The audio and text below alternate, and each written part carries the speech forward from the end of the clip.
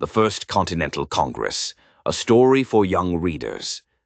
In the year 1774, long before smartphones, airplanes, or even electric lights, the 13 American colonies were feeling very upset. Why?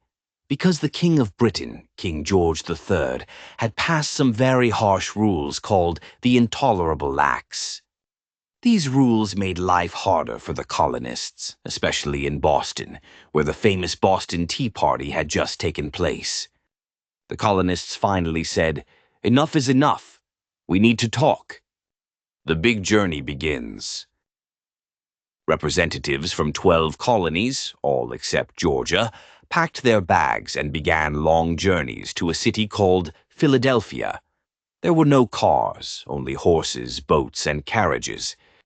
The roads were bumpy, the weather was unpredictable, but the men traveled anyway because they knew how important this meeting was.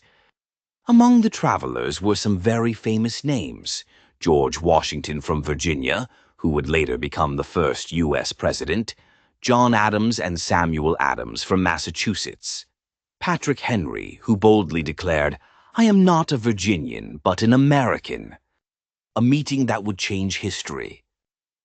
When they finally arrived in Philadelphia, the representatives met inside Carpenter's Hall. The building was big, wooden, and full of echoing voices.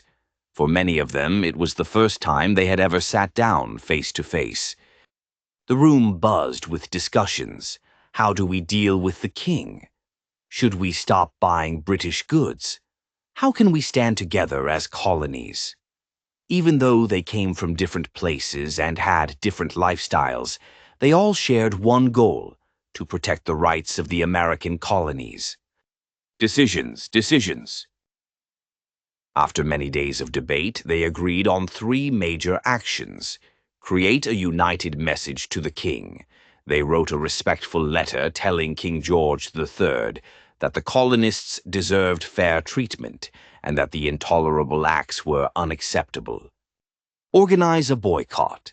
They decided the colonies would stop buying British goods until the unfair laws were repealed. No more British tea, British cloth, or British paper. Plan another meeting. They agreed to meet again the next year if the king did not listen. This later became the Second Continental Congress, which would go on to form the Continental Army and write the Declaration of Independence. The beginning of something big. Though the First Continental Congress did not start a war or declare independence, it did something extremely powerful. It united the colonies for the first time in history. They discovered that 13 separate colonies could work together like a family, sharing ideas, solving problems, and standing strong. This meeting planted the seed of what would become the United States of America.